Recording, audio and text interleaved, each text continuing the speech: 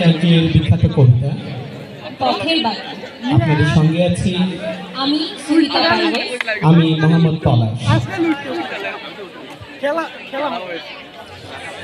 এই যে শুনছেন, আমাকে বলছেন আপনি ছাড়া কাউকে দেখছেন না। দেখা বিষয়টা আপেক্ষিক।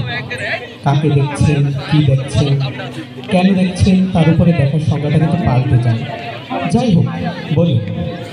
আমি শহর একেবারে নতুন, ঘুরতে বেরিয়েছিলাম, তারপর পথ হারিয়ে ফেলেছি।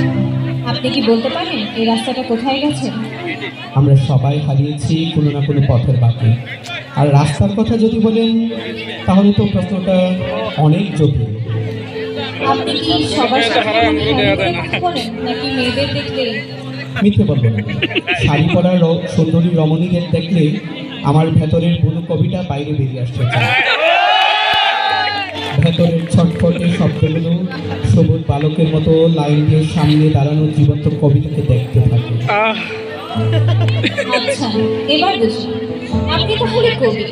সেটাই ভাবছিলাম, কবি না হলে এভাবে ইনিয়ে বিনিয়ে অচেনা অজানা একজনের প্রশংসা কেউ করতে পারে না। প্রশংসা শব্দটার মধ্যে একটা স্বার্থের ছায়া আছে। আপনার উপরে সেই ছায়া পড়ুক সেটা চাই না। এবার কষ্ট করে বলবেন কি এই পথটা কোথায় গেছে? এই পথ আপনাকে অনেক জায়গায় নিতে পারে, দিগন্ত নিতে পারে, গন্তব্যে নিতে পারে। আপনি কোথায় যেতে চান সেটা বলুন। আপনি লোকটা কিছুটা পাগল হলেও কথাগুলো কিন্তু বেশ লাগছে শুনতে। যদিও সুন্দর কথা সবসময় পথ দেখান, ভুলেও দেন। আপনি কোন দলে? পথ দেখান নাকি ভোলান? আমি পথ চলার দলে। হারিয়ে যাওয়াটা আমার স্বভাব, আর খুঁজে না পাওয়াটা আমার নিয়তি। আমি কি এখন স্বভাবের দখলে নাকি নিয়তি? আপাতত এই মফস্বলের দুপুর রোদে নির্জন এই রাস্তার গোলক ধাঁধায় আটকে আছেন। আগে সেখান থেকে উদ্ধার হয়ে গেলেন। বলুন কোথায় যাবেন। যাক, এতক্ষণে সুস্থ মানুষের মতো কথা বলেছেন। আপনি যদি দয়া করে আমাকে বাজারের রাস্তাটা চিনিয়ে দেন তাহলে কৃতার্থ হব। এরপর আমি একাই চিনে নিতে পারবো। এখনো তো আপনাকেই চেনা হলো না, অন্য কিছু চেনাবো কিভাবে? আমার সাথে দু এক পা পথ চলতে আপত্তি না থাকলে আপনাকে কিছু দূর এগিয়ে দিতে পারি। আপনাকে ক্ষতিকারক মনে হচ্ছে না, যাওয়া চলে। দুপুর রোদে একজন ভদ্র মহিলার সাথে পাশাপাশি হেঁটে যাওয়া বেশ রোমান্টিক কিন্তু। আবার শুরু করলেন। রেলে যখন করেছি তখন পথটাকে চিনে নেওয়া কর্তব্য। কিভাবে হারালেন এই শহরে? চাকরির সুবাদে গত পরশু উঠেছে অফিসের কোয়ার্টারে। আজকে বেরিয়েছিলাম শহরটাকে দেখতে, বের হয়ে এই বিপত্তি। এই বিপত্তিতে কিন্তু আমার কোনো আপত্তি নেই। রোজ রোজ তো আর এই সৌভাগ্য হয় না। আপনার কথা কিছু বলুন। আচ্ছা দাঁড়ান, আপনার মতো করে বলুন। মেনেছি যখন তখন পথটাকে চেনে নেওয়া কর্তব্য। কি বলেন? বিশেষ কোনো বিশেষণ নেই আমার। ছাড়াই এই বিশ্বলোক আমি বিশ্বের রূপ খুঁজি, হারাই স্বপ্ন লোক আমি স্বপ্নের দিশা খুঁজি। চেনা গেল কি আমাকে? তোমায় চেনার ইচ্ছে নিয়ে পথের শেষে যায়, শেষে গিয়ে আবার আমি গোলক। কবিতা টবিতা পড়েন বলে মনে হচ্ছে। কেন, সেটা কি শুধু আপনার সম্পত্তি? একদম না। আমি কবিতা জমিয়ে রেখে তাকে সম্পদ বানিয়ে ফেলি, পেলি দিয়ে দিই অন্যকে। তা না হলে কবিতা জমে গিয়ে ধুলো পড়ে। কবিতার শরীর থেকে ধুলো ছাড়তে ইচ্ছে করে না।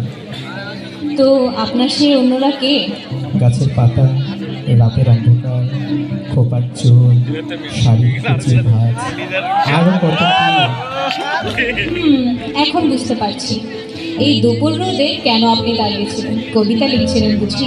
শুরু করেছিলাম জানেন, এরপর আপনাকে দেখে শব্দরা যে কোথায় লুকিয়ে পড়লো কি করে বলুন তো? দুপুর রোদে মনের শব্দরাজ হাঁটছো তুমি, হাঁটছি আমি, হাঁটছে শুধু স্মৃতির রেশ। হাঁটতে হাঁটতে যতবারই দিচ্ছ হাত কুচির ভাজে, ঝড় উঠেছে কোথায় যেন, তাল কেটেছে বুকের খাজে। অনেক কাব্য করেছেন, খেয়াল আছে তো কোন পথে চলেছেন? এই পথেরই পথিক আমি, মরিচিকাতে হারাই রোজ। আজ না হয় তোমার সাথে চলুক সেই পথের খোঁজ। আমরা পৌঁছে গেছি আপনার গন্তব্যে।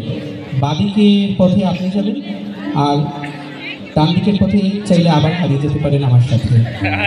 আপনি কোন পথে যাবেন? গন্তব্য আমার লক্ষ্য নয়, সে কথা তো আগেই বলেছি। তাই হারিয়ে যাবার পথে আমার নিয়তি। আবার দেখা হবে? হ্যাঁ অবশ্যই। আবার যেদিন আপনি হারিয়ে যাবেন আপনাকে পথের বাকি পাবেন আমাকে। বারবার হারানোর ইচ্ছে নেই যে। কিন্তু আপনার সাথে দেখা করার জন্য তো হারাতেই হবে দেখছি। ভালো বলেছেন, আমি খুঁজে দেবো। আবার বিদায়। আপনার পথ অপেক্ষা করছে আপনার জন্য। দেখা হবে, একেবারে হারিয়ে যাবেন না কিন্তু।